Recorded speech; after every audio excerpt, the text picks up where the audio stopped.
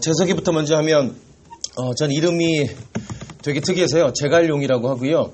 이름이 특이해서 사실은 인터넷이나 이런 쪽에다가는 제 이름을 안 쓰고 그냥 제가 하는 게 이제 고등어 교육정보센터라고 하는 걸 해서 뭐 고등어 TV 이런 걸 합니다. 그래서 그냥 고등어쌤이라고 그냥 부릅니다. 제가 제 이름 본명을 얘기해도 사람들이 다 가명이라고 잘 안 믿더라고요. 제갈 씨가 유명한 사람이 우리나라에는 별로 없잖아요, 사실은. 그래서 그냥 본명을 쓰면 좀 많이 알릴 수도 있을 것 같은데 그 이름 쓰는 게 싫더라고요. 어쨌든 그렇고요. 지금 이 자리는요, 길이 막혀도 올 사람 오고 안 올 사람은 안 오시네요, 결국은. 근데 이 자리는 이제 원래 여기 같은 건물에 있는 독립언론이죠. 제주의 소리에서 원래 마련을 했고요. 그 다음에 저는 이제 고등어 교육에서 왔고요. 그 다음에 여기 지금 영어 학원으로, 그러니까 영어 교육으로 좀 유명한 박정호 학원이라는 데가 있습니다. 거기에서 새로 박정 A스쿨이라고 재수 종합반하고 그 다음에 고등 종합반을 새로 이제 올해 겨울부터 윈터부터 시작하려고 합니다. 거기서 많이 도움을 주셔가지고 이렇게 자리를 만들게 됐습니다. 어제 먼저 이제 예비 고1 학생들을 대상으로 해서 학생하고 학부모님들하고 같이 설명을 했고요. 오늘은 이제 오신 분들 다 아시는 대로 예비 고2하고 예비 고3 학생들에 대한 그러면 이제 이 학생들이 어떻게 앞으로 이제 대입을 준비하는 게 좋을 것인가, 이런 얘기를 좀 해보려고 합니다. 오늘은 원래 좀 더 사람들이 많이 오시면은 뭐 더 재밌게 하려고 했는데, 재밌는 거 말고 아무튼 딴 얘기부터 좀 시작을 해볼게요. 서울대 학생들이 제일 많이 빌려본다는 책 있죠? 책이 워낙 두꺼운 데다가 그 책이 꽤 비싸요. 그래서 제레드 다이아몬드라는 사람이 쓴 총균세라고 하는 책을 서울대 학생들이 제일 많이 빌려본다고 합니다. 사실은 그게 그렇게 대단한 책은 아닌데 일단 두꺼운 데다가 읽으면 이게 되게 재미가 있긴 해요. 그리고 내용 자체가 어떤 거냐면 이런 겁니다. 왜 아시아나 유럽이나 이런 대륙에서는 문명이 빨리 발전을 했는데 아메리카 대륙이나 아니면 호주나 이런 곳 같은 경우는 문명이 발전하지 않았을까라는 그 질문에 대해서 답한 책입니다. 근데 이제 유라시아 대륙 같은 경우는 적절한 것들이 있었다는 거죠. 일단 이제 길들일 수 있는 이제 말이라든가 개라든가 고양이라든가 이런 이제 짐승들이 있었는데 반대로 이제 아메리카 대륙에는 그런 것들이 없었다. 이런 것들을 이제 얘기하면서 하나씩 증명해가는 그런 책이거든요. 이제 거의 필독서처럼 익혀지는데 오늘 하려는 얘기하고 비슷한 것에, 그러니까 재미있는 얘기가 거기 하나 들어 있습니다. 제러드 다이아몬드라는 사람이 그 얘기를 쓰면서 안나 까레리나의 법칙이라고 하는 걸 얘기합니다. 안나 까레리나는 소설책 이름이죠. 근데 이 법칙이 어떤 거냐면, 잘 사는 사람, 혹은 행복하게 사는 사람들의 집을 살펴보면, 뭔지 모르지만 하여간 여러 가지 것들이 조화롭게 이루어져 있더라라는 겁니다. 그래서 행복한 집은 어디를 찔러봐도 이렇게 비슷비슷하게 행복하더라라는 겁니다. 근데 행복하지 않은 집을 살펴보면 하여간 뭔가가 빠져 있더라라는 겁니다. 아까 말한 총균세에서는 이 법칙을 어떻게 이용하냐면 문명이 발전하는 곳에서는 여러 가지 조건들이 있는데 그 사람이 말하는 여러 조건들이 하나둘씩 맞아가면 자연스럽게 문명이 발전하더라라는 겁니다. 근데 그 중에 하나라도 빠지면 이게 다종다양한 방법으로 문명이 발전하지 않더라. 안나 까레리나의 법칙으로 말하면 행복이라고 하는 것은 여러 가지 요소들이 잘 복합됐을 때 이루어지는데 그 중에 하나만 빠져도 불행이라고 하는 것에 여러 종류, 여러 색깔의 불행이 나타나더라라고 이 사람이 이제 안나 까레리나의 법칙이라고 하는 것을 결국 이 책을 쓰면서 이제 증명해가는 그런 얘기입니다. 무슨 얘기를 하려고 하냐면요. 예비 고1 학생들한테 어제 그렇게 얘기했는데 고등학교를 올라가면 물론 제 전제는 그렇습니다. 공부가 인생이 전부가 분명히 아니죠. 그리고 공부를 잘해야만 행복하다 이건 아니지만 어쨌든 우리가 이제 공부를 통해서 뭔가를 하려고 하잖아요. 지금 부모님들도 그렇고 학생들도 그렇고 아마 이거는 이제 예전보다 공부라고 하는 것이 성공하거나 출세를 하거나 이런 것들에 대한 확실한 지름길은 아니지만 그래도 이제 다른 어떤 것보다는 확률이 좀 높은 거잖아요. 그리고 이제 우리가 좀 적당히 사니까 공부라고 하는 것이 이제 문화라든가 이런 것들을 이해할 수 있는 능력들을 만들어주기도 하기 때문에 이런 것들이 기본이 돼야 되기 때문에 우리가 다른 얘기는 저도 많이 할 수 있겠지만 일단 학습이나 이런 것들만 얘기하려고 합니다. 아무튼 고등학교라고 하는 것에 가서 이제 대학을 준비할 수밖에는 없는 거죠. 그 다음에 우리가 대학을 지난 다음에 어떤 걸 하더라도 어쨌든 그 꿈을 이루던 뭘 하던 간에 대학이라고 하는 것을 분명히 지나가게 되죠. 이제 거의 대부분의 이제 학생들이 대학을 진학하기 때문에 대학에 맞춰서 이제 그걸 꿈이라든가 이런 것들을 준비할 수밖에 없다라는 겁니다. 그래서 예비고일 학생들 같은 경우는 사실은 상당한 시간이 있을 거라고 생각하지만 어제 한 얘기의 결론은 그런 얘기였습니다. 그러니까 사실은 3년이라는 세월이 그렇게 긴 세월이 아니더라라는 겁니다. 왜냐하면 대학에서 바라는, 그러니까 제가 전공인 게 뭐냐면 대입 컨설팅이니까 대학에서 바라는 것은 학생들 개개인이 뭘 어떻게 살았다가 아니라 나중에 결국은 숫자를 둔 성적이나 아니면 학생부에 적혀 있는 내용들만을 가지고 판단을 하잖아요. 그리고 이제 그게 좀 못 믿어오면 그걸 이제 면접이라고 하는 형태를 통해서 학생을 만나본다든가 뭐 이 정도의 이제 그 전형들을 갖고 있는 것 뿐입니다. 그러니까 전국을 공통으로 해서 어떤 숫자라든가 결국 뭔가 드러나는 것들을 중심으로 해서 대학은 학생을 선발한다는 겁니다. 그러니까 그 학생이 뭐 요즘 뭐 민성교육 기타 등등 얘기하지만 다른 어떤 요소를 많이 갖고 있다고 해도 결국은 요즘 뭐 자기 PR 시대 한참 지났지만 자기가 뭘 잘하는지 이런 것들이 학생부나 기타 등등 자기소개서나 아니면 혹은 면접이나 이런 것들을 통해서 표현이 돼야만 된다라는 겁니다. 근데 그걸 준비하는 기간을 생각해 보면 사실 지금 이제 예비 고3 학생들 같은 경우는 이제 겨울방학 때 이제 뭐 수능 공부도 시작해야 되겠죠. 이제 본격적으로요. 하지만 당장 이제 뭐 9월달 되면은 그 수시 원서를 접수해야 됩니다. 그리고 뭐 금방 달려가다 보면 10개월 뒤 정도만 되면 바로 수능을 봐야 되잖아요. 그러니까 사실은 고3이 되면 새롭게 뭔가를 준비한다라고 하는 것이 정말 쉽지 않다라는 겁니다. 그래서 예비 고1도 마찬가지고 지금 오신 고2나 고3 올라가는 학생들 같은 경우도 이제는 특히나 이제 고2부터서는 뭔가 방향이 정확하지 않으면 지금 아까 말한 것처럼 아나카레나의 법칙처럼 그 필요한 요소들을 충분하게 계산을 하고 메꿔나가지 않으면 좋은 결과를 얻기가 쉽지 않다 이런 얘기입니다. 제가 이제 먼저 자료 나눠드린 거 있지 않습니까? 여기 이제 제목이 이렇게 예비 고3 뭐 입시 변화와 대입 전략이라고 해놨고요. 나눠드린 자료는 제가 번호를 붙여놨습니다. 1번부터 5번까지 있죠. 1번이 먼저 뭐냐면 내년하고 내후년에 대학 입학 제도가 어떻게 변하는가에 대한 설명을 한 다음에 2번에서는 이제 이건 이제 미래 얘기니까 일단 올해 진행이 어떻게 됐는가를 실례로 들어서 설명을 하고요. 그 다음에 2번, 3번이 그런 얘기죠. 그 다음에 4번에서 그러면 어떻게 준비하는 게 맞겠는가 이제 이런 얘기를 차례차례 해보려고 합니다.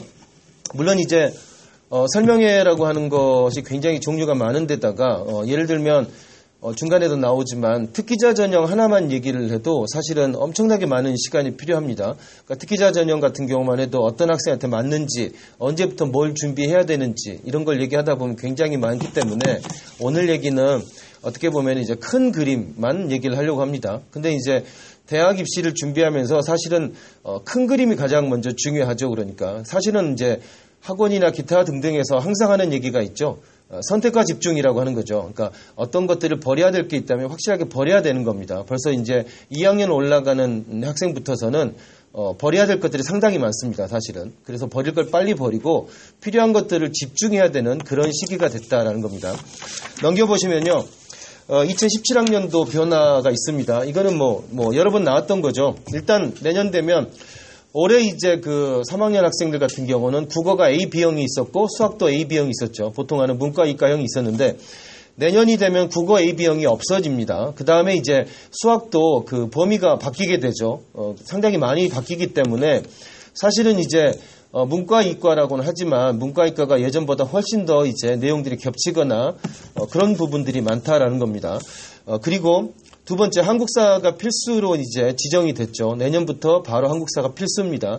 하지만 이제 한국사가 절대평가로 하기로 돼 있죠. 그리고 그 50점 만점에 40점 이상이면 다 1등급으로 처리되게 돼 있고, 그리고 대부분의 학교들이, 서울대 연고대를 포함해서 대부분의 학교들이 수시하고 정시에서 최장력 기준으로 3등급 정도를 최고로 요구합니다. 그렇기 때문에 한국사는 사실은 처음에 얘기한 것보다는 크게 영향력이 없다라는 겁니다. 차차 속의 태풍 정도로 그칠 것이다라는 겁니다. 그래서 한국사 같은 경우는 당연히 필수니까 하긴 해야 되지만 그렇게 뭐 대학 입학을 좌우할 요소는 절대 되지 않을 거다라고 생각이 됩니다. 그 다음에 세 번째, 영어 절대평가가 2018년부터 시작이 되죠. 이거는 이제 논란의 여지가 아직 많습니다. 사실 이제 영어학원이나 서울대 지동에서도 영어학원에 당장 가는 학생들이 줄어들고 있는 건 사실입니다. 하지만 영어라고 하는 것이 올해도 봤지만 문제를 쉽게 내다가 조금만 어렵게 내니까 단지 이제 빈칸 추론 문제라고 하는 약간 어렵다는 그런 문제 유형을 두 문제 내다가 네 문제를 냈고 그 중에 난이도가 있는 게 한두 개 정도 집어넣으니까 갑자기 영어 만점이 확 없어져 버렸죠. 그러니까 문제가 이런 겁니다. 그러니까 수능을 준비하는 학생들이 쉽게 공부했다가 문제가 어렵게 나오면 아주 박살이 난다는 얘기입니다. 근데 영어 절대평가가 되면 이건 훨씬 더 위험한 얘기가 되죠. 왜냐하면 등급만 제공하겠다라는 건데 1등급의 숫자를 늘려놨죠, 지금. 보통 이제 올해 기준으로 보면 1.5등급이나 2등급 정도 되는 학생이 1등급이 될 거다라는 겁니다. 그러면 대충 올해 60만 명 정도가 수능을 봤으니까 15만 명에서 20만 명 정도가 1등급이 될 거다라는 겁니다. 만약 이렇게 되면 정말로 사실은 영어가 수능에서는 아무런 의미가 없게 되는 건 사실입니다. 왜냐하면 보통 이제 인서울권 대학의 모집 정원을 계산을 해보면 4만 명 정도밖에는 안 됩니다. 전체가 수시정시 합해서 4만 명 정도밖에 안 되기 때문에 4만 명에다가 지방에 있는 국립대까지 다 더하면 15만 명이 될까 말까 합니다. 그러니까 서울에 있는 대학에다가 지방 국립대까지 다 포함하는 학생들이 거기에 합격한 학생들은 영어가 전부 1등급일 수밖에 없잖아요. 그러니까 변별력이라고 하는 것이 없다고 할 수 있습니다. 하지만 대학이라고 하는 데를 생각해 보십시오. 대학이라고 하는 게 여기 제주도에 있는데도 제주에서도 제주대니 뭐 또 있지 않습니까? 국제대 뭐 이런 대학들이 저번에 제가 오니까 뭐 설명회도 하고 그러더라고요. 학교마다 좀 더 나은 학생들을 뽑으려고 하는 게 대학의 입장이잖아요. 서울대 같은 경우는 입장이 간단하죠. 전국에 있는 1등 중에서 똘똘한 놈만 뽑겠다는 거죠. 그러니까 지역균형이라고 하는 것은 그런 전형입니다. 전국에서 고등학교 1등 애들을 학교장 추천을 받아서 그러면 3대1 정도 경쟁률이 되니까 그 중에서 세 놈 중에 한 놈을 뽑겠다는 겁니다. 그러니까 결국 그렇게 해서 전국에 있는 군 단위에서 한 명 정도를 배치하겠다는 거죠. 그러니까 제주도로 말하면 제주 쪽에 한 명, 서귀포 쪽에 한 명을 뽑겠다라는 것이죠. 그러면 전교 1등이라고 하는 학생이 전국에 몇 명이나 될까요? 고등학교가 한 2,000개 되니까 뭐 기타 빼도 한 1,500명 정도는 될 겁니다. 그럼 1,500명에서 그중에서 한 500명 정도만 이렇게 3분의 1이니까요. 똘똘한 학생을 뽑으면 전교 1등도 못 믿겠다는 거죠, 사실은. 그러니까 그중에서 똘똘한 학생을 뽑겠다. 이게 서울대 입장인 거죠. 그죠? 서울대 지역균형을 만든 이유가 이런 학생을 뽑겠다는 겁니다. 그럼 연대는 어떤 학생을 뽑나요? 연대는 누가 뭐라고 해도 그냥 만약에 무슨 청문회 나가면 거짓말할지 모르지만 그냥 특목고 애들 뽑겠다는 겁니다. 쉽게 말하면. 물론 거기에도 이제 구색 갖추기로 학생부 교과 무슨 종합 전형도 있지만 연대는 가장 많은 인원을 뽑는 전형이 특기자 전형입니다. 그러면 외고 학생하고 과고 학생한테 유리할 수밖에 없다라는 겁니다. 아예 연대는 그렇게 얘기를 하고 있죠. 정부에서 특기자 전형을 줄여라 어쩌라 해도 그냥 니는 니고 나는 나라는 겁니다. 그러니까 고대가 헤매는 거죠. 그러니까 고대가 그래서 중간에 얘기해놨지만 뭐 한 달 전인가 그때 이제 새로 발표를 했죠. 내후년부터 즉 2018년 지금 이제 예비 고2 학생들이 대학을 갈 때쯤 되면 고대 같은 경우가 지금은 이제 수시하고 정시의 비율이 7대3 정도입니다. 수시가 굉장히 많죠. 하지만 고대는 수시에서 다 뽑겠다는 겁니다. 정시에서는 15%만 뽑겠다는 겁니다. 지금 30% 뽑는데 그걸 절반으로 줄여버리겠다는 거죠. 그 다음에 논술도 없애버리겠다는 거죠. 그리고 늘린 게 뭐냐면 학생부 종합전형하고 그 다음에 학교장 추천 전형을 학교 추천 전형으로 이름을 바꿔놨습니다. 그러니까 거꾸로 말하면 전교 1등 애들은 서울대들이 데려갔고 그 다음에 이제 거기서 떨어진 애들 같은 경우는 고대는 신경 안 쓰고 거기 추천받은 애들은 빼고요. 나머지 이제 지금까지 전교 5등 정도에서 추천받던 애들을 좀 더 늘리는 거죠. 좀 더 늘려서 왜 뽑아보니까 걔들이 괜찮았나 봐요. 그러니까 그래서 고대는 그런 학생들을 위주로 뽑겠다는 걸로 전략을 바꾼 겁니다. 그러면 이제 일반 학교에서 상위권에 그러니까 상위권 전교 10등 정도 안에 드는 학생들한테 그런 학생들을 이제 주로 위주로 뽑겠다. 절반 정도를 그 정도로 뽑겠다는 겁니다. 그리고 나머지는요. 학생부 종합전형 즉 연대를 가지 못한 특목고 애들을 뽑아가겠다는 정도가 되겠죠. 그러니까 이렇게 대학이라고 하는 것이 입학 전형을 여러 가지로 바꾸는 것 같지만 사실은 그 안을 들여다보면 대학의 입장은 굉장히 명확하다라는 겁니다. 별로 그렇게 많이 얘기하지 않는 대학이지만 세종대 같은 경우는 어떨까요? 세종대 같은 경우는 예전에 수도여사대였고 그런 영향이 있어서 그런지 몰라도 세종대는 모든 전형에 내신이 들어가 있습니다. 그러니까 지방에 있는 여학생들이나 이런 내신 좋은 학생들이 세종대를 가는 경우가 굉장히 많습니다. 세종대를 만약에 추석 때 한번 그럴 일이 없겠지만 추석 때 한번 가보시면 세종대 총학생회가 학생들이 모여서 만든 거예요. 세종대 총학생회가 1년 내내 가장 열심히 준비하는 게 뭐냐면 추석 때 지방에서 온 학생들이 워낙 많기 때문에 버스 섭외해서 집에 가기 힘들잖아요. 그렇게 해서 전국의 버스를 자기 학교 학생들 쉽게 가게 만드는 거. 이게 총학생회 사업 중에 가장 중요한 사업입니다. 무슨 얘기냐면 착실하게 공부해서 인서울로 올라온 학생들이 많기 때문에 그렇다는 겁니다. 이렇게 대학이라고 하는 것이 얘기가 좀 길어졌습니다만 영어 절대평가와도 얘기하다가 지금 길어졌는데 자 대학은 이런 데라는 겁니다. 그러니까 대학이 멍청한 게 아닙니다. 그러니까 다 센 대학이건 어떤 대학이든 간에 자기 학교의 특성에 맞춰서 가능한 한 괜찮은 학생들을 뽑으려고 선발하려고 노력한다는 겁니다. 그러니까 영어 절대평가에서 지금 말한 것처럼 인서울권 대학에다가 국립대까지 다 포함해서 전부 1등급일 수밖에 없는 상황이면 그리고 등급밖에 점수는 제공이 안 된다면 대학이 어떻게 할까요? 딴짓을 하겠죠. 제 생각에 문과는 간단합니다. 논술에다가 지금까지 가이드라인이 있어서 주저주저 했던 영어 제시문을 내면 되는 문제죠. 그죠? 영어 제시문을 내면 제가 문과 논술도 가르치는데 영어 제시문을 내는 순간 별로 어렵지도 않습니다. 사실은. 그런데 그 영어 제시문을 내는 순간 논술 보러 오는 학생의 50%가 그냥 백지로 냅니다.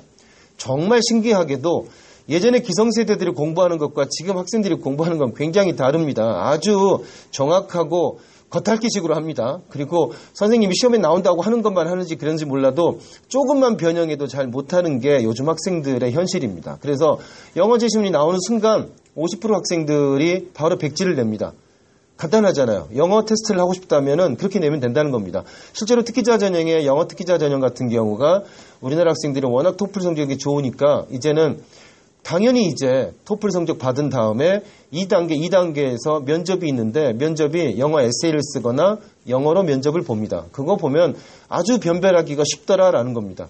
마찬가지로 논술에서 영어 제시문 하나 내면 바로 지금 알고 싶은 영어 실력 금방 알 수 있다는 겁니다. 그것도 하기 싫다. 그럼 어떻게 하면 될까요? 내신 반영하는 방법을 바꾸면 되죠. 그죠? 영어를 좀 더 반영을 하거나 아무튼 이런 방법이 있을 거다라는 겁니다. 그래서 자 우리가 지금 살고 있는 사회가 어찌됐든 자본주의 사회잖아요.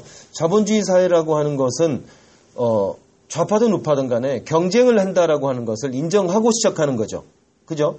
어떤 사람들은 좌파 우파도 별로 없지만 우리나라에 좌파 쪽이 되면 불평등이나 경쟁을 부정한다고 생각하는데 전혀 그게 아니죠.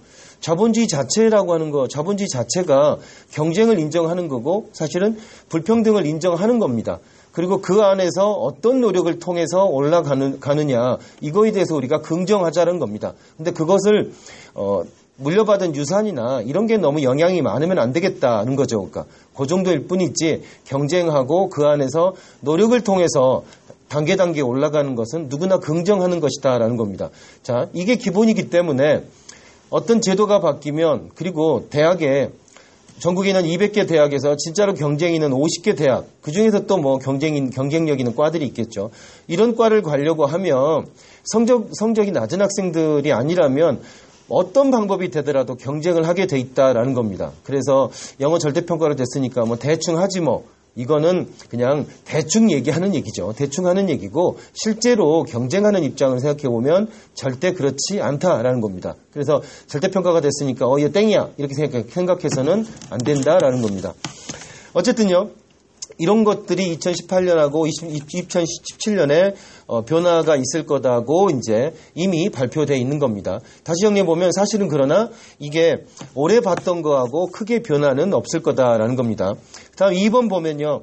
2017, 2018을 이제 정리를 해놨습니다. 이걸 보면 지금 올해 변화된 거하고 2017과 2018학년도는 거의 같은 방식으로 치러진다. 큰 범위에서는 이렇게 볼 수 있다는 겁니다. 표를 보면 먼저 수시 인원은 점점점 늘어나서 결국 이제 진짜 70%가 됐습니다.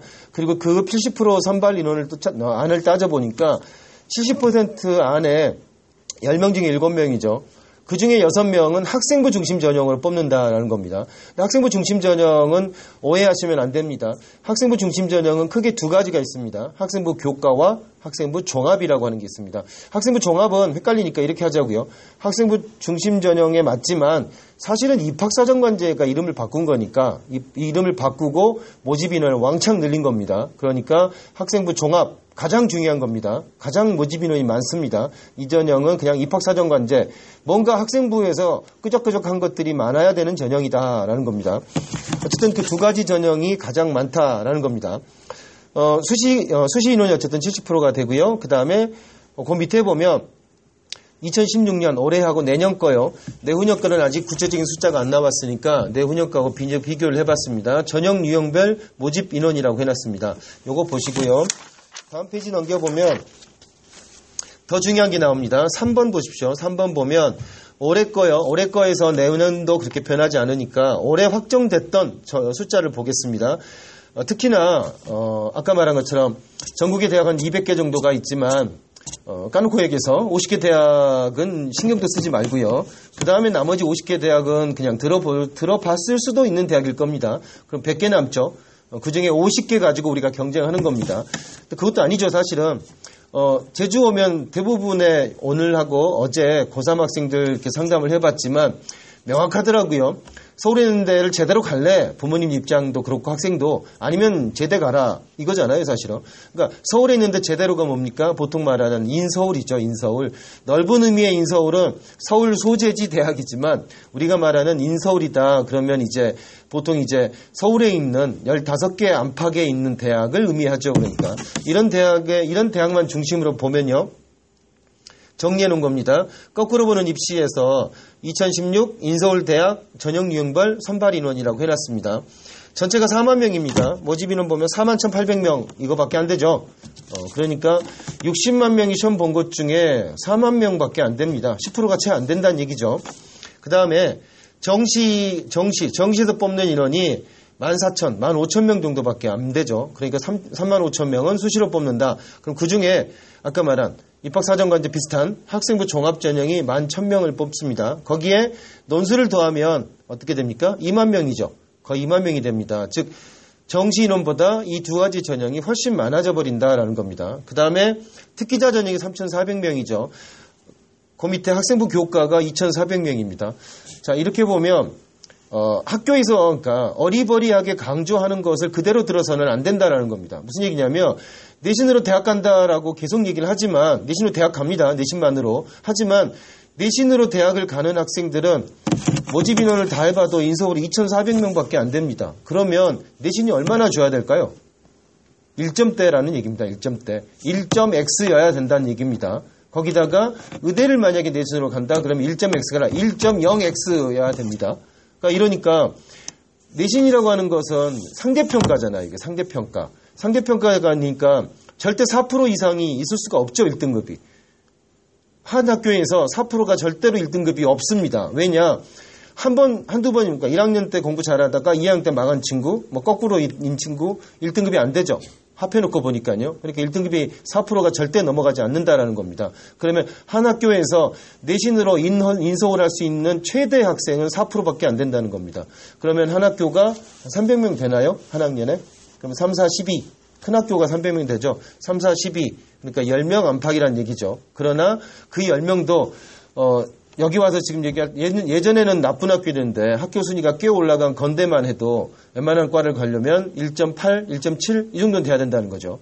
그러면 전교 10등 안에 드는 애가 간신히 내신으로는 건대를 갈까 말까라는 얘기가 돼버려요. 그러니까 내신이라는 게 얼마나 허망하냐라는 거죠. 그런데 반대로 아까 말한 서울대 지역균형이나 정말로 착실하게 3년 동안 쭉 공부해서 내신으로 대학을 가려고 하는 학생은 당연히 내신을 관리해야 되죠. 그러면 이제 제가 어제 예비고1 학생들한테는 내신 관리 어떻게 할 거냐. 자, 이러니까 1등급 하려면 1등급 해라. 3년 내내 쭉 해. 열심히 해서. 지금 2학년, 3학년 이제 올라가잖아요. 그럼 이제 학생부를 띄워봐야죠. 학생부를 띄워봐서 내신을 쭉 계산해봐야 됩니다. 자, 이과 계열로 갈 학생은 국영수 과를 위주로, 문과는 국영수 사를 위주로 내신을 쭉 등급이 나와 있지 않습니까? 등급에다가, 뭡니까? 이수 단위 있죠. 그러니까 보통 국영수가 이수 단위가 높죠. 그 두 개 곱한 다음에 이수 단위를 다 더한 다음에 이수 단위를 나눠보면 누적 석차 등급 평균이라고 하는 게 계산이 되죠. 그러니까. 근데 그거 안 해도 대충 보면 나오죠. 그러니까 대충 봐서 2등급 넘어갔다. 그럼 끝입니다. 죄송합니다만 인서울 할 수는 없다라는 겁니다. 물론 다른 대학 가려면 뭐 할 수는 있겠지만 내신으로는 그게 안 된다라는 겁니다. 그럼 내신이 그거 넘어가 버렸으면 어떡할 거냐? 그거는 이제 학생부 교과 전형은 쓸만한 게 없다라고 이해하시면 된다는 겁니다. 그러면 나머지 뭐냐라는 거죠. 나머지 많이 남아있죠. 일단 정시 남아있죠. 정시. 기본적으로 우리가 정시라고 하는 것은 굉장히 중요합니다. 왜냐하면 고등어 교육에서 항상 얘기했던 얘기가 있습니다. 그러니까 표가 하나 있는데 정시는 기본이라는 겁니다. 그 다음에 수시는 필수죠. 정시 같은 경우는 말 그대로 수능을 보는데 수능은 수학 능력이잖아요. 그러니까 공부할 능력을 기르는 거기 때문에 언제든지 중요할 수밖에 없는 거죠. 그러니까 그 다음에 아까 정시 말고 정시보다 훨씬 쉽게 갈 수 있는 것이 그러면 수시라는 거죠. 수시. 근데 그중에 지금 가장 먼저 학생부 교과라고 하는 것이 사실은 내신을 잘 챙기지 않으면 별 의미가 없다가 돼버렸죠. 수시는 4가지 전형이 있는데 하나는 얘기해버렸고요. 두 번째가 이제 특기나 실기 전형이 있습니다. 이거는 이제 별로 해당 사항이 없습니다. 그러면 2개밖에 안 남았는데 그게 학생부 종합, 아까 말한 그것과 논술이라는 겁니다. 학생부 종합이나 논술 같은 경우는 인서울권에서 논술은 대부분 인서울권이죠. 그리고 인서울권의 학생부 종합에 합격한 학생들의 내신을 다 조사해보면 평균이 2.5등급이 넘어간다라는 겁니다. 그러니까 2.5등급이 평균이라고 생각하면 물론 1등급도 있겠지만 4등급까지도 있습니다. 특히나 논술 같은 경우는 4등급까지 별 불이익이 없더라라는 겁니다. 그럼 벌써 만약에 다른 나라에 있으면 정말 큰일 날 얘기임에도 불구하고 우리나라는 유야무야 넘어간 얘기가 있습니다. 고대를 친 학생이 자기 옆집인지는 모르겠지만 옆집에 외고 다니는 친구가 있는데 아버지가 외고 다닌 놈이 고대를 썼는데 이게 내신 1단계에서 이 외고 다닌 애는 분명히 아는데 외고 다니는 학생들은 웬만한 괜찮은 외고 같은 경우는 내신이 평균 4등급이거든요. 이 4등급인 놈이 냈는데 고대 그 전형에서 학생부 종합에서 1단계를 통과하더라는 거예요. 그러니까 내 아들 놈 1점 몇인데 1단계에서 떨어졌다는 거예요. 그러니까. 그래서 정말로 소송을 냈어요. 그래서 끝까지 갔어요. 끝까지 갔는데 고대에서 계속 거짓말했어요. 그러니까 뭐라고 했냐면 감막값이라고 하는 걸 곱했다. 내신에다가 그 감막값을 곱하니까 외고 학생은 어떠한 이유로 뭐 이렇게 자기네가 만든 감막값에 해놓고 보니까 합격선이 됐는데 일반 학생은 그걸 곱했더니 떨어졌다라는 거예요. 그러니까 쌩 거짓말이었죠. 나중에 판사가 정말 쌍욕까지 했어요. 하도 거짓말을 하니까. 공개해라. 뭐 때문인지 공개해라. 감막값이 뭐냐라고 공개하라고 그랬어요. 고대하고 이대가 두 군데가 끝까지 가가지고 결국 공개했어요. 그러니까 뭐였나요? 입학원 썼을 때 맨 앞에 보면 어디 이름 뭐 쓰고요. 그 다음에 이제 어디 고등학교 쓰고 그것도 하기 싫어가지고 옆에 있습니다. 그 고등학교가 어떤 종류인지 쓰게 돼 있습니다. 이게 일반고냐, 자공고냐, 자사고냐 뭐 이런 걸 쓰게 돼 있습니다. 그거였습니다. 그거요. 그게 바로 외고 과고였으면 그냥 모든 내신을 그냥 1등급으로 쳐줬던 겁니다. 이게 감막값이라고 하는 게 밝혀진 거죠. 큰일 날 얘기잖아요. 근데 우리나라 왜 이런 게 큰일이 안 나는지 모르겠지만 실제로 그랬다라는 겁니다. 이거는 그래서 대학에 지금도 아니라고 눈 가리고 아웅하고 얘기를 해도 사실 객관적으로 생각하면 대학의 입장을 이해할 수 있지 않습니까? 외고에서 1등 하는 애 만약에 중간에 여러 이유로 일반 고등학교로 옮기면 한 학기 정도만 적응하면 금방 전교 1, 2등 합니다. 4등급이었던 애가요. 바로 전교 1등 합니다. 그런데 어떻게 일반 고등학교 내신하고 이 내신을 똑같이 쳐줄 수 있을까요? 그러니까 아니겠죠. 그러니까 합격한 애들을 보면 평균 2.5등급이 될 수밖에 없더라. 그리고 그 합격한 애들의 과거나 외고, 특히 과거는 숫자가 얼마나 안 되니까요. 외고 학생들이 많기 때문에 평균을 깎아먹은 것도 분명히 있을 거다라는 겁니다. 어찌됐든 그 다음에 논술 전형이나 학생부 종합 전형의 특징을 들여다보면 논술도 보면 연고대 같은 경우는 내신 반영 비율이 50%라고 돼 있지만 실제로 반영하는 것들은 그렇지 않습니다. 이게 실질 반영 비율을 계산해보거나 하면 그렇지 않다는 거고 논술하고 학생부 종합이 그렇지 않나요? 문과 논술 예를 들어볼까요? 문과 논술을 얘기하면서 제가 문과 논술 강의한다고 그랬잖아요. 많은 이렇게 얘기하다 제가 또 돌맞을지 모르지만 많은 논술 선생님들이 그렇게 사기를 치시더라고요. 학생이 논술 써놓은 거 이렇게 보면서 채점이나 이런 걸 해주잖아요. 이렇게 첨삭해주면서 그러면서 97점, 96점 이렇게 하더라고요. 순 사기죠. 97하고 96이 논술 점수가 갈라질까요? 대학에서 실력이 세잖아요. 50대 1가량 되니까 처음에 점수 채점을 할 때 미쳤다고 96, 97을 가르냐고요. 그냥 글자 수 안 되는 놈 갖다 버리면 되고요. 아리까리 한 놈만 좀 놔두고 괜찮으면 남겨두고 상을 모은 다음에 그 상에서 또 상중하를 나눠서 요 상은 98점, 얘는 97점 이렇게 해도 돼요. 그러니까 1점 차이를 나눌 수가 없다라는 겁니다. 그러니까 사실 간단하게 말하면 문과 논술은 합격 아니면 불합격밖에 점수가 없다는 겁니다. 이과도 마찬가지잖아요. 이과도 수리 논술이 메인인데 수리 논술 문제가 무슨 수능처럼 40문제 나옵니까? 아니죠. 몇 문제 안 나오잖아요. 거의 다 풀어야 됩니다. 요즘 문제가 쉬우니까. 근데 거기에서 이게 여기서 점수 차이, 문제 한 문제를 큰 문제 하나를 푸느냐 못 푸느냐의 문제일 뿐이지 이게 내신에서 1, 2점 여기서 갈라지는 게 무슨 의미가 있냐고요. 그러니까 의미가 없다라는 겁니다. 실제로. 그래서 이런 전형을 생각해 보면 내신이라고 하는 것은 그러면 1점 몇을 만약에 넘어가면 내신을 지켜야 학생들은 꾸준히 내신을 지켜서 그러면 당연히 학생부 교과 전형으로 갈 수 있는 길이 있다라는 겁니다. 그리고 지역균형으로 서울대를 가려고 하는 학생들 같은 경우는 그런 걸 챙겨야 된다라는 겁니다. 하지만 그렇지 않은 사람들은 내신에 연연한다라고 하는 것이 바보다라는 겁니다. 어떻게 보면. 그러나 이 내신은 그러면 어디까지 해야 되느냐. 한 2, 3, 4는 좀 그렇다 치면 2, 3등급 정도로 왔다 갔다 할 정도로 맞춰주면 된다라는 겁니다. 근데 내신은 공부 안 해도 잘 안 떨어져요. 왜일까요? 이미 3학년 같은 경우는요. 깽판 쳐도 돼요. 앞에 벌써 8번 봤던 게 있잖아요. 요거랑 누적해서 계산을 하기 때문에 지금 깽판 쳐도 3학년 학생들은 깽판 쳐도 수시에 들어가는 것은 2학년 1학기 중간 기말 2번밖에 없어요. 별로 안 깎인다라는 겁니다. 이게. 그죠? 그 다음에 시험이라고 하는 건 학생들이 누구나 다 강박관념이 있기 때문에 시험 보기 전에 대충 훑어봐요. 그래서 어느 정도 적당한 수준만 하면 되겠다라는 겁니다. 그래서 더 잘한다고 해서 내신이 확 개선이 되느냐? 잘 안 되더라라는 거죠. 또 하나가 뭐냐면 처음에 입학했을 때 전학을 가지 않는 이상 같은 학생들이 계속 같이 경쟁을 하고 있잖아요. 잘 안 변한다라는 겁니다. 그래서 내신 같은 경우 이제 2학년, 3학년 되는 여기 있는 학생들이나 학부모님들은 학교에 얘기해서 학생부를 떼서 첫 번째 내신을 이걸 어떻게 할 건가에 대해서 결정을 해라라는 겁니다.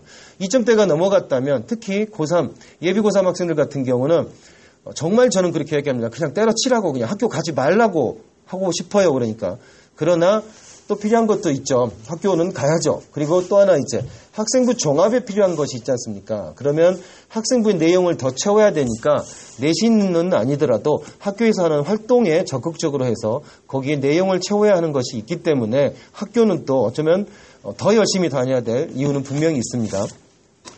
볼까요? 이제 그래서 숫자로 정리해보면 이런 것들이 분명하다라는 겁니다. 그리고 그 밑에 이제 그거에 대한 증거로 2016학년 학생부 종합전형이 제일 많다고 그랬죠. 종합전형 선발인원을 제가 몇 개 주요대를 써놨습니다. 주요대 선발인원이 굉장히 많죠.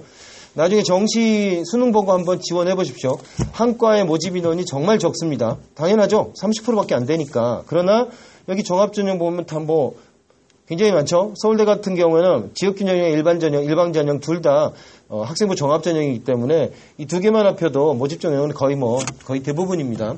그 밑에 서강대, 성균관대, 우리가 아는 인서울에서 보통 상위권, 스카이, 서성한, 중경외시 이런 데들은 전부 사실은 학생부 종합 전형이 메인 전형이다라는 겁니다. 그 밑에 보면 특기자 전형도 써놨습니다. 특기자 전형은 설명하기 굉장히 길지만 위에 이제 학생부 종합에 연대가 없기 때문에 밑에 써놨습니다. 그러니까 여기 보면 연대는 특기자 전형이 메인이라고 하는 것을 알 수 있습니다. 그리고 그 밑에 보면요, 6개 주요 대학의 수시 서류 계략이라고 해놨습니다. 자, 요거는 이제 오늘 설명회에서는 얘기할 수 없고요. 무슨 얘기냐면 오늘 같은 경우는 일단 노멀한 평균적인 설명회 정도 비슷하잖아요. 사실은 일반적인 얘기를 하고 있기 때문에 항상 하는 얘기들을 하는 겁니다. 그러니까 예를 들면 학생부 교과 얘기를 좀 할 건데 학생부 교과에서 가장 중요한 것은 학생부를 어떻게 꾸미냐라고 하는 거였고 그 학생부를 꾸미는 것에 따라서 학생부 종합전형에서 가장 중요한 서류인 자기소개서를 꾸미는 방법이 달라지게 된다는 건데 자기소개서의 바탕은 학생부죠. 근데 학생부는 지금 언론이나 맨날 떠드는 게 그거 아닙니까? 외부 스펙 못 쓴다라고 돼 있는 거죠. 예를 들어서 영어로 얘기하면 토플 점수라든가 탭스 이런 점수는 아예 못 쓰게 돼 있다. 그다음에 한국사 인증이니 국어 인증이니 이런 거 못 쓴다. 그다음에 교내 대회 말고 교외 대회 같은 경우도 아예 못 쓴다라고 돼 있습니다. 실제로 자기소개서는 이제 대교협에서 만들어 온 양식을 거의 공통으로 쓰는데 1, 2, 3번은 공통으로 씁니다. 맨 앞장에 써져 있습니다. 아래에 해당하는 것들은 쓰지 마시오. 예를 들면 이과 학생들한테 가장 많이 썼던 무슨 올림피아드 같은 경우는 쓰지 마시오라고 아예 올림피아드 종류까지 다 적어져 있습니다. 쓰면은 0점 처리하겠다라고 돼 있습니다. 맞습니다. 그걸 쓰면 0점 처리합니다. 분명합니다. 그런데 자 문제가 그러면 쉬울 텐데 여기 밑에 있는 주요 대학 수시 서류에 보면 오른쪽에 추천서 및 활동 증빙이라고 되어 있는 게 있습니다. 여기에 해당 사항이 A4 어쩌고저쩌고 써 있는 이런 대학들은 방금 말한 외부 스펙이 없으면 자기소개서를 쓸 수가 없습니다. 그러니까 그 대상에 따라서 전혀 다른 얘기가 되죠. 그러니까. 그죠? 이화여대를 얘기 들면 이화여대나 연대 특기자 전형은 자기소개서 양식이 다릅니다. 맨 첫 페이지에 뭐라고 되어 있냐면요. 아까 이런 스펙을 쓰지 마시오라고 하는 게 없습니다. 그리고 맨 첫 페이지에 뭐라고 되어 있냐면 그냥 칸을 크게 3개로 나눠놨습니다. 그래서 네가 제일 잘하는 거 3가지 써라. 입니다. 그 다음에 오른쪽에 칸이 나눠져 있습니다. 그러면 네가 제일 잘한다고 썼으니까 이걸 뭘로 증명할래? 체크하게 되어 있습니다. 학생부로 증명할래? 증빙서류로 증명할래? 외부 상 받은 거 가져오라는 얘기입니다. 그죠? 그러니까 이게 말하는 곳에 따라서 아니면 준비하는 방법에 따라서 어떻게 보면 외부 스펙이라는 게 반드시 외부 스펙은 절대 쓰면 안 된다 이기도 하고 어떤 것은 외부 스펙이 없으면 택도 없습니다라고 얘기할 수밖에 없다는 겁니다. 그래서 이 부분에 대한 얘기는 이제 훨씬 더 디테일하게 더 나중에 얘기할 기회가 있을 것 같고요. 그래서 일반적으로 얘기하면 학생부 종합이라고 하는 것이 이제 가장 중요한 전형이다라는 겁니다. 논술도 중요한 전형이지만 논술 같은 경우는 문과건 이과건 간에 난이도가 굉장히 많이 떨어졌죠. 예전에는 수학 문제, 수리 논술 문제 두세 문제 나오는데 듣도 보도 못한 거 대학교 들어가서 진짜 공업수학 해야 되는가 이 정도 돼야 되는 문제를 냈지만 이제는 교과 범위 안에서 이제 내게 돼 있습니다. 그 다음에 문과 논술 같은 경우도 예전에 고대가 굉장히 어려운 문제들을 내기도 했습니다. 고대는 하도 자주 바꾸긴 했는데 문과 논술 문제에서 그냥 A4 한 페이지에서 한 페이지 나오고 나서 그걸 500자로 줄이라는 문제가 있었습니다. 근데 정말 우리말인데도 영어보다 훨씬 어려워서 500자로 줄이는 학생을 제가 거의 못 볼 정도로 어려운 문제들을 냈던 겁니다. 그러니까 배경 지식이라든가 이런 게 없으면 손도 못 대는 이런 문제들을 냈습니다. 하지만 이제는 그런 문제를 안 냅니다. 그리고 논술 시간도 문과 같은 경우에 가장 길어봐야 2시간 안에 끝나는 겁니다. 예전엔 4시간, 3시간 이렇게 해서 2000자짜리 서울대 1800자 이렇게 쓰는 게 있었지만 지금은 1000자를 넘어가는 글쓰기는 없습니다. 이제 보통 500자에서 1000자 글쓰기 정도만을 쓰고 있기 때문에 그렇게 난이도가 어마어마하게 어려운 것들을 준비해야 되는 어마어마하게 많은 배경 지식을 스키마를 알아야 되는 이런 문제들은 안 나온다라는 겁니다. 대신에 예전처럼 글쓰기의 능력이 굉장히 탁월해야 되는 보통 국어 선생님이나 이런 선생님들이 그렇게 얘기합니다. 논술 얘기하면 논술은 글쓰기, 물론 글쓰기죠. 하지만 굉장히 어려운 걸 쓰는 거 절대 아니라는 거죠. 그건 소설 얘기고요. 지금 글쓰기, 논술 글쓰기는 요약 정리하는 것이 기본적인 형태에다가 논리적인 글쓰기라는 겁니다. 그래서 문학적인 글쓰기하고는 전혀 다른 글쓰기다라는 겁니다. 글자 수가 아무런 의미가 없다라는 겁니다. 제시문을 얼마나 잘 연결하고 거의 공통점을 찾아내느냐 이런 문제일 뿐이지. 그러니까 문과 이과 두 개 다 예전처럼 어마어마하게 시간이 많이 필요한 그런 전형은 아니더라라는 겁니다. 문과 이과 공이 대부분의 경우에 특히 이제 문과가 좀 먼저 글쓰기가 있으니까 먼저 시작할 필요가 있지만 보통 3학년 올라갈 때 겨울방학 때 이때쯤부터 이제 시작하는 것만 해도 사실은 그 전에 국영수만 확실하게 해놨다면 이때쯤 시작하는 것만 해도 그리 늦지 않는다라는 겁니다. 이과 같은 경우는 좀 더 늦어도 됩니다. 이과 같은 경우는 수학 진도가 있으니까 좀 더 늦어져도 되니까 가장 빨라야 올해 겨울 정도, 3학년 올라가는 겨울에 시작하는 정도다라는 겁니다. 그러니까 그리고 이제 다른 과목들이 이제 바탕이 되고 있기 때문에 논술이라고 하는 것이 큰 변수가 되지는 않을 거다 이제라는 거죠. 그러면 이제 제가 계속 줄여왔죠. 정시는 30% 이하로 모집 정원이 적기 때문에 기본이긴 하지만 기본이니까 그냥 이거는 이제 특별히 뭐 대단한 준비를 하는 게 아니라 꾸준히 해가야 되는 거죠. 그러니까 만약에 다른 조건이 없다면 여기에 목숨을 걸어야 되고요, 당연히. 그 다음에 이제 수시가 4가지가 있다고 그랬는데 특기자나 실기 전형을 빼고 나면 3가지였는데 또 뭐가 빠지나요? 학생부 교과 전형은 내신 전형이라고 했으니까 그거에 해당 사항이 없는 학생들은 내신은 빨리 때려쳐라 라는 거죠. 그러면 2가지 남았는데 논술이라고 하는 것은 아까 정시를 준비하는 것과 병행해서 진행해 갈 수 있다라는 겁니다. 큰 그림으로 보면. 그러면 뭐가 남습니까? 학생부 종합이 남는 거죠. 그러면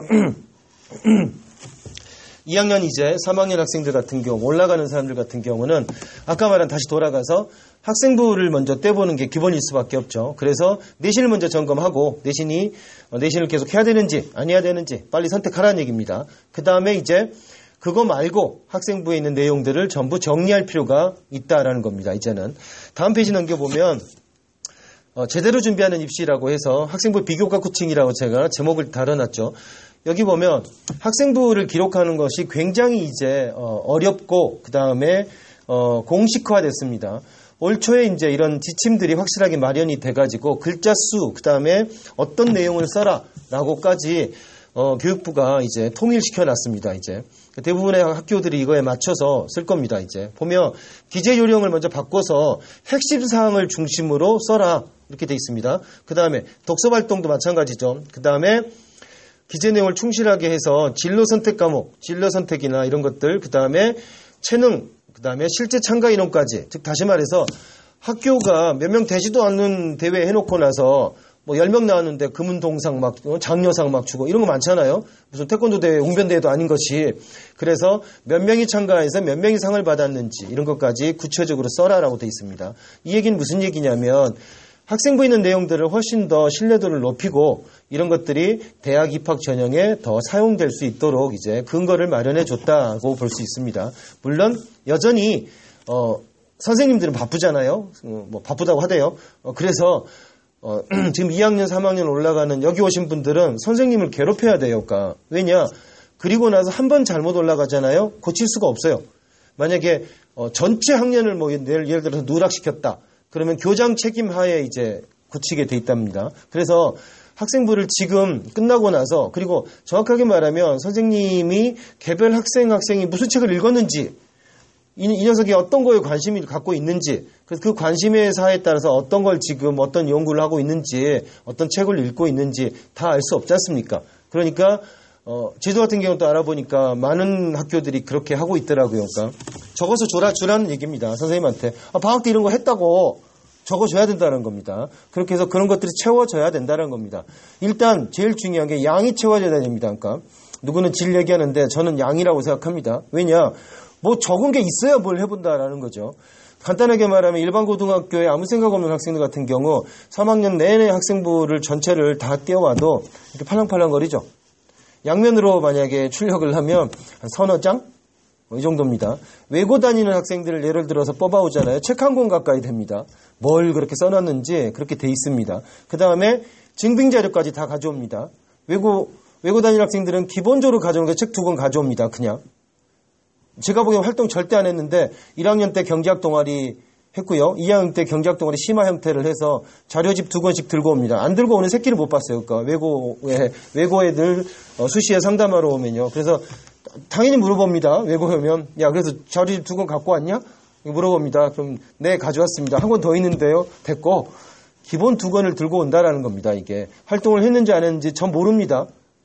나도 알 수 없는데 대학에서 그 신경 쓸까요? 증빙 자료로 그런 것들을 만들어 놓는다라는 겁니다. 자, 경제 외국어 애들이 다 가고 싶어 하는 게 경제학과 아니면 경영학과니까 당연히 그런 작업들을 기본으로 하더라라는 겁니다.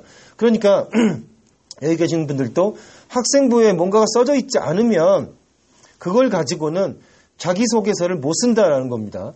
그래서 자 이제 거꾸로 가보자고요. 그러면 이제 2학년 올라가는 학생, 3학년 올라가는 학생, 자, 학생부 종합도 만약에 할 게 없으면 빨리 버려야 되잖아요.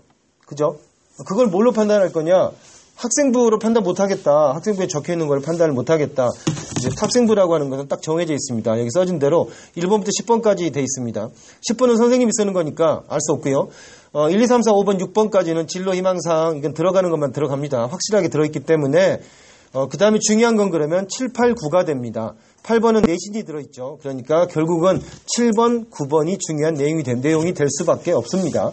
7번 같은 경우는 4가지죠. 자동봉진, 자율활동, 동아리활동, 봉사활동, 진로활동 4가지에다가 9번의 독서활동. 이 5가지 항목이 중요한 겁니다. 이 5가지 항목에 뭐가 적혀있는지 보자고요. 그러니까 이걸 봐서 본 다음에 학생들은 아직 사회를 모르니까 부모님이 한번 보십시오. 그리고 나서 이걸 가지고 쉽게 생각해 보자고요. 대학 입학 사정관 새끼한테 사기를 치자 이렇게 생각해 보자고요. 그러니까 아니 사기를 치는 게 아니라 제가 거칠게 얘기하는 이유는 뭐냐면 현실은 훨씬 더 다기하잖아요. 한 줄 써져 있지만 표현하지 못한 것들이 많이 들어있을 수도 있잖아요. 솔직히. 그러니까 약간 부풀려서 실제로 있었던 일들을 만약에 더 쓴다라고 생각해 보자고요. 그럼 대학에서 이걸 갖고 뭐 할 거냐면 자기소개서 쓸 거잖아요. 그럼 대학의 자기소개서를 보자고요. 1, 2, 3번 문제. 4번 문제는 대학별로 내니까 모든 대학에서 채택하고 있는 대기업의 양식에 1, 2, 3번을 보자고요. 3번 같은 경우는 나눔 배려, 즉 봉사활동 중에서 네가 어떤 나눔이 했고 어떤 걸 감동받은 적이 있느냐라는 겁니다. 3번은 누구나 알다시피 소설 쓰는 겁니다. 1번, 2번입니다. 1번, 2번은 뭐냐면 그러니까 네가 우리과 올라오고 뭐 했는데 이 얘기입니다. 말을 전문용어로 바꾸면 전공 적합성이라는 겁니다. 자, 사회학과를 지원을 한다고 하자고요. 사회학과 오기 위해서 뭐 했는데 자, 기계과, 화공, 의대, 그럼 이거 올라고 네가 뭐 했냐라는 겁니다. 그러니까 그게 1번, 2번의 핵심 사항입니다. 자, 그러면 거짓말을 하든 뭘 하든 간에 지금 방금 말한 학생부에서 7번하고 9번의 주요 사항들을 보면 주요 사항을 정리해서 가고 싶은 그 과에 대해서 뭘 준비했는지 적을 수 있냐고요. 그러니까 그걸 판단해 보자라는 겁니다. 그래서 마지막에 얘기가 자기소개서를 써보자라고 제안해 놓고 있는 겁니다. 자기소개서를 대단하게 심각하게 할 필요 없습니다. 천자 1500자 이 정도니까 여기에 뭐 쓸 건가 한번 해보자고요. 그러니까 그러면 답이 금방 나옵니다. 그러니까 천자를 쓰려면 또 한 가지 여기서 이제 자기소개서가 쓰는 것 중에서 가장 나쁜 방법이 나열형입니다. 나열형. 자기가 활동했던 것이 다 소중하겠죠. 그러니까 줄줄이 얘기합니다. 1학년 때는요. 뭐 했고요. 거꾸로 한번 생각해 보자고요. 어느 놈이 그걸 읽고 싶나요? 재미도 없고 그리고 지는 소중할지 모르지만 그걸 맨날 보는 새끼 입장에서 보면 뭐겠습니까? 이거 지겹죠. 그게 아니라는 거죠. 어떤 글이든 간에 어느 놈이 보기 때문에 핵심 사항이 하나 있어야 되는 거죠. 천자를 쓰면 최소한 한 가지 이야기가 500자 이상인 한 덩어리는 있어야 되는 겁니다. 다시 말하면 그 한 덩어리가 뭐냐라는 겁니다. 그러니까 학생부에서 과연 그걸 찾을 수 있겠냐라는 겁니다. 자, 그래서 거꾸로 말하면 그런 얘기가 가능하도록 학생부를 꾸며야 된다라는 겁니다. 그죠? 그럼 꾸미는 방법이 뭐겠느냐? 아까 말한 5가지 항목들이 잘 어우러지게 해야 되는 거죠. 내가 뭘 하고 싶으면, 자, 최근 이런 걸 읽었습니다. 자, 예비고1 학생들 같은 경우는 범용한 책들을 읽어도 돼요. 근데 지금 이미 이제 급하죠. 이제 3학년 올라가고 2학년 올라가면, 이제는 인증사진 볼 거 없이, 그냥 아름다운 이야기, 아까 말한 토스토이 책 같은 이런 거 읽지 마요, 이제. 그냥 전공에 관련된 책 읽어야 돼요, 이제. 그리고 그게 무조건 학생부에 들어가 있어야 돼요. 그래야 자기소개서 쓸 때 그걸 엮어서 쓸까 말까 하더라는 겁니다. 이미 이제 2학년부터서는 책도 방향성이 이렇게 확실하게 잡혀 있어야 되겠다라는 겁니다. 근데 이런 것들이 구체적으로 진행이 돼야 될 텐데 이게 이제 다르죠. 무슨 과를 가고 싶으냐? 아니면 얼마만큼 그동안 준비한 게 있느냐? 아니면 지금 어떤 동아리를 하고 있느냐? 뭐 이런 거에 따라서 개별적으로 다 다를 수밖에 없지 않습니까? 근데 이런 것들은 정말 훨씬 더 많은 연구가 필요하겠죠. 그러니까 제가 기회가 있으면 이런 얘기를 더 많이 하도록 하고요. 간단하게 정리한 걸 뒤에다 붙여놨습니다. 그래서 학생부를 자기소개서를 미리 써보는 것, 즉 그게 학생부의 핵심인데 어떤 것들에 중점을 둬야 되느냐. 자, 구체적으로 다 학생마다 다르겠지만 여기에 키워드들을 좀 적어놨습니다. 첫 번째가 뭐냐면 가치라고 했죠. 가치. 이거는 이제 그 얘기랑 같은 얘기입니다. 하고 싶어 하는 것하고 뭔가 일치된 방향성이 있어야 된다라고 하는 겁니다. 자, 이거는 정말 연구를 많이 해야 됩니다. 의대를 가고 싶다. 그럼 의대에 맞출 수 있는 게 뭘까요? 없죠. 그러니까 봉사활동 많이 해봐 소용없는 게 그겁니다. 봉사활동 대부분이 뭡니까? 범용 스펙이죠. 봉사활동은 60시간 정도만 하면 돼요, 사실은. 의대에 맞춰서 뭐 할까요? 의대 가려고 하면, 자, 의대 가려고 하는 학생들은 또 공대도 가려고 생각하니까, 그리고 의대는 특별히 사람을 다루는 거, 그 다음에 우리나라는 또 법으로 아니면 교회 대회도 동물을 가지고 실험할 수는 없게 돼 있어요. 그러니까 별로 할 수 있는 게 없어요. 그럼 뭐 해야 되나요? 화학해야죠, 화학. 화학을 하든가 생명과학을 해야 되겠죠. 그러니까 그런 것들에 뭔가 관심 있는 것들을 만들어 놓으면 공대에서 생명과학 쪽이나 화공 쪽을 쓰거나 이런 쪽을 다 쓸 때도 도움이 되겠죠. 그리고 의대를 쓸 때도 역시 도움이 되겠죠. 그러니까 이런 쪽을 공통으로 해놓으면 여러 군데 도움이 될 거다는 거죠. 근데 그게 방향이 분명한 걸 찾아라라는 거고요. 두 번째 이제 써놓은 게 자소서 방향의 두 번째가 단순 활동이 아니라 연계 심화여야 된다라고 써놨습니다. 연계 심화. 그냥 나 뭐 했다가 아니라 아까 말한 대로 집요해야 된다는 겁니다. 의대면 의대 스펙에 맞춰갖고 내가 생물 뭐를 했는데 이게 왜 했는지 그 다음에 발전시켜서 뭘 했는지 이런 것들이 적혀 있어야 된다라는 겁니다. 그러니까 뭔가 점점점 1학년 때 했던 어떤 그 과탐토 모의고사 보고서가 있는데 1학년 때 그거 했더니 떨어졌다는 거예요. 떨어져도 상관없어요. 2학년 때 왜 떨어진지 생각해보니까 이게 여기다 이런 걸 보강하니까 되더라는 거예요. 그러니까 다시 냈어요. 이번에는 상을 받았어요. 예술이잖아요. 과학 논문이 언젠가 안철수 씨도 그랬죠. 그러니까 안철수 논문 표절이라고 어떤 무식한 새끼가 또 그랬죠. 과학 논문은 정말로 조금씩 있던 걸 실험을 다시 하는 것도 논문이 되는 거거든요. 근데 고등학생한테 뭘 바라냐고요. 뭘 했는데 잘 안 됐다. 이 고등학생이죠. 그랬더니 생각해보니까 이런 걸 좀 공부를 또 했는데 어떤 책을 봤더니 이런 문제가 있었더라는 거니까. 물론 거짓말로도 많을 수 있겠죠. 그래서 2학년 때는 이런 거를 개선했다라는 거니까. 이렇게 쓰는 것이 누가 봐도 아름답지 않냐라는 거죠. 그러니까 이렇게 어떤 것과 연계하는 거 혹은 심화된 방법으로 갈 방법을 찾아라라는 겁니다. 그 다음 세 번째가 융복합이라고 해놨습니다. 사실은 이게 가장 중요합니다. 작년도 그렇고 올해도 그렇고 수시 학생부 종합전형으로 가장 쉽게 하는 케이스를 보면 이런 학생들이었습니다. 다양하게 하는 것도 중요했지만 그 다양한 것이 그러니까 어떤 방향성이 있으면서 이게 굉장히 어떤 그러니까 시야가 넓다라고 하는 것을 보여주는 것이었다는 겁니다. 왜냐 여기는 없지만 우리나라 교육이념 자체를 바꿨지 않습니까? 올해 뭘로 바꿨냐면 홍익인간을 만드는 게 아니라 창의 융합형 인재를 만든다라고 하는 것으로 완전히 바꿔놨습니다. 그리고 문이과를 융합하는 걸로 이제 이미 결정이 났죠. 그래서 지금 예비고1 학생들부터 시작하면 지금도 마찬가지죠. 초등학교, 이제 중학교, 고등학교 1학년부터 지금 점점 복합형으로 이제 바꿔가고 있죠. 공통사회, 공통과학은 전부 다 듣게 한다든가 이런 쪽으로 변하고 있죠. 그 다음에 과거 학생들을 대상으로 해서 벌써 몇 년 전부터 융복합형, 즉 스팀이라고 하는 거, 거기를 이제 우리가 더 발전시켜서 스팀으로까지 발전시켜놨는데 그런 것들을 다 이미 실험을 했어요. 그리고 이런 대회들을 이미 창조 어쩌고부터 시작해서 이런 대회들을 만들어서 상을 주거나 하고 있어요, 벌써. 그러니까 이런 것들이 결국 큰 방향성일 수밖에 없는 거죠, 지금. 그러니까 그렇게 변하고 싶어서가 아니라 사회 자체가 그렇게 돼가고 있지 않습니까? 우리나라 같은 경우가 문과, 이과가 너무 갈라져 있었고, 그 다음에 학문의 발전 속도나 발전하는 걸 보니까 어떤 논문을 봐도 이제는 문과의가 쓴 건지 이과의가 쓴 건지 알 수가 없어요. 당장 서점에 가보십시오. 뇌과학에 관한 책들이 어마어마하게 많습니다. 뇌과학에 관한 책들을 만약에 쭉 만약에 쭉 모아놓고 한번 언놈이 썼는가를 한번 보십시오. 그러니까 그러면 우리나라에서 뇌과학책이 나온 거를 보면 60% 이상이 문과 쪽에서 썼습니다. 문과에서. 심리학과에서 실험심리하는 사람들이 쓴 게 더 많습니다. 이과 쪽에 의대 쪽에서 쓴 사람들이 더 적다는 겁니다. 어쨌든 이 두 군데가 다 결국 위로 올라가는 건 가니까 똑같은 얘기를 하고 있더라는 겁니다. 이미 학문이 그렇게 변하고 있기 때문에 당연히 사회가 그렇게 변하니까 대학도 변한 거라는 겁니다.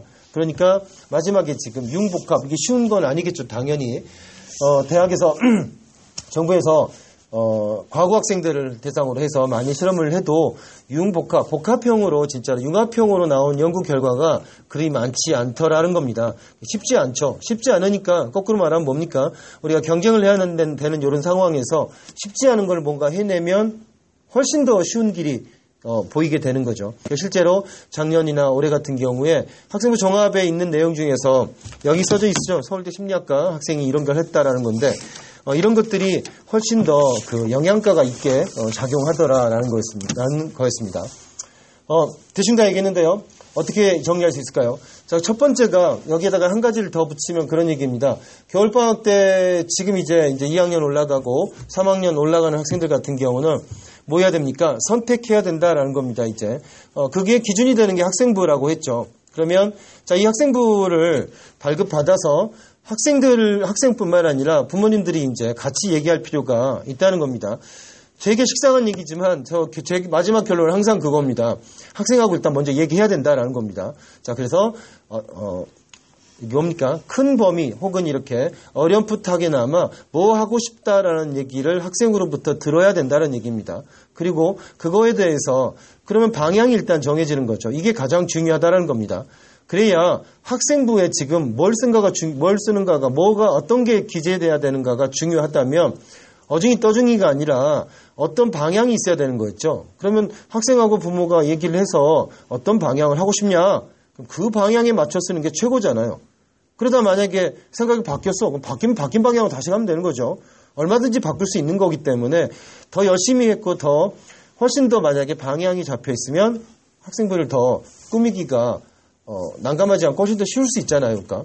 그래서 그런 방법이 가장 중요하다라는 겁니다. 그래서 가장 중요한 건 일단 학생부를 발급받아서 같이 얘기해보자.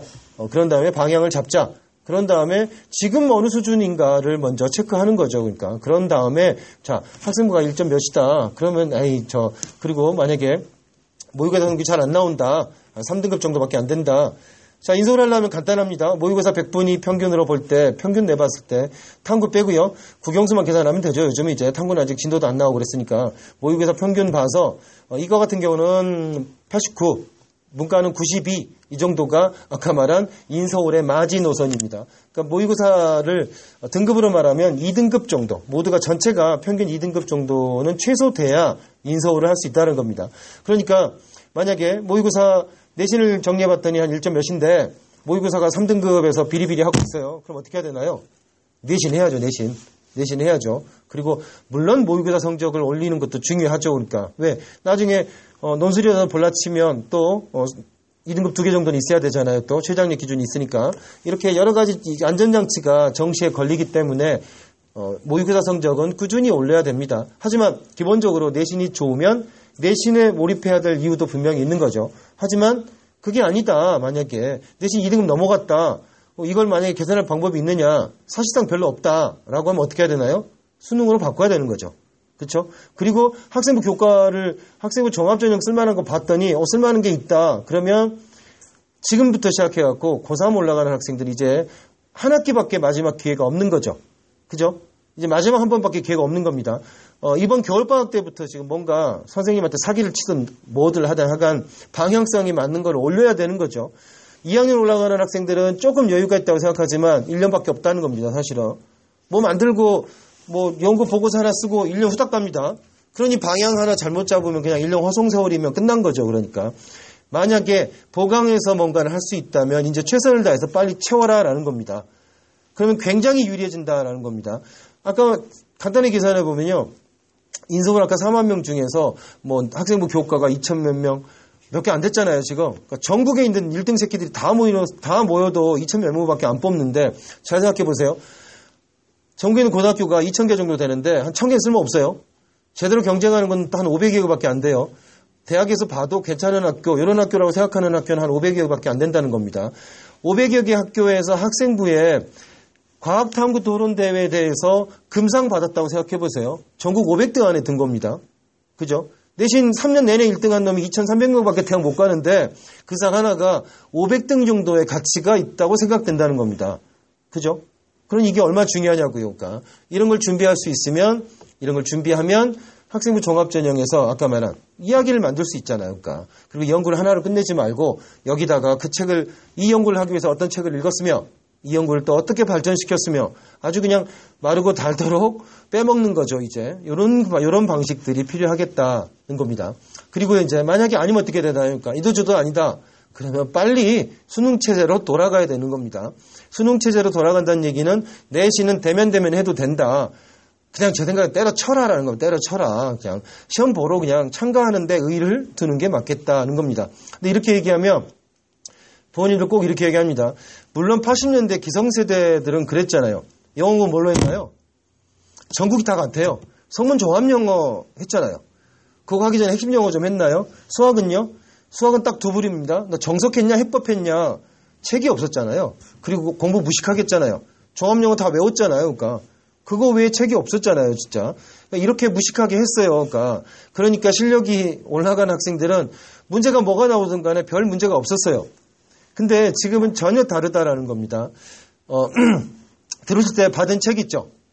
수능 영어 정석이라는 책이 있습니다. 그 책이 제가 논술을 가르치는 사람이고 영어 전공한 사람도 아닌데 작년에 심심해서가 아니라 논술책을 하나 쓰다가 국어 비문학을 하면서 영어 공부를 같이 할 수 있는데 왜 누가 이런 책을 안 쓰지? 해서 그 책을 썼어요. 안 팔리더만요.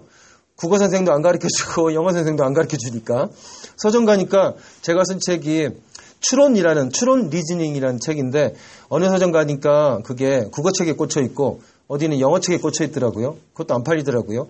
열받아가지고 아니 수능 영어를 보니까 수능 영어는 문법 문제가 몇 문제 나와요. 우리가 공부할 때는 다 문법이었잖아요. 문법에 목숨 걸었단 말이에요. 근데 수능 영어를 아무리 봐도 문법이 안 나와요. 수능 영어는 문법이 몇 문제 나옵니까? 어법이란 말로 바꿔서 한 문제 나옵니다. 한 문제. 공식으로 정해져 있습니다. 듣기 12개, 문법 하나. 그거밖에 안 나오잖아요. 그러니까. 그러면 듣기도 그렇고 이 독해를 공부해야 되잖아요. 독해를. 근데 독해를 제대로 가르치는 사람이 없더라라는 거죠. 그러니까 물론 서울의 영어 가르치는 선수들 독해를 정말 가르치는 사람이 있는데 참 드물더라는 거예요. 맨날 내신한다고 그래서 내신을 하는 것과 수능이 전혀 다르다라는 겁니다. 그래서 제가 열받아서 그 책을 썼어요. 그러니까 수능에 나왔던 문제하고 모의고사 문제를 가지고 독해하는 방법을 그냥 썼어요. 그러니까 이게 영어책이 아니고 제가 영어 한지 굉장히 오래됐지만 영어 단어 몰라도 되더라라는 거예요. 그러니까 독해요 독해. 그거 비문학 하듯이 풀면 다 풀린다는 거예요. 그러니까 거기서 독해하는 놈이 단어 몰라서 독해 못한다고 그러면 그건 영어 못하는 놈이잖아요. 신문 보면서 우리가 단어 다 아나요? 몰라요. 그래도 다 알아요. 무슨 말인지. 그게 독해인데 그걸 못하더라라는 거예요. 그러니까 그 책을 예로 들어서 제가 설명했는데 그러니까 내신을 공부하는 학생들은 이런 걸 하더라는 거죠. 내신 성적을 맞추기 위해서 학원에 특히 제주도 오니까 한 달 내내 중간고사만 봤다면 한 달 동안 내신 한다더만요. 내신 필요 없는 2.5등급 3등급 되는 학생이 나도 내신 해야지.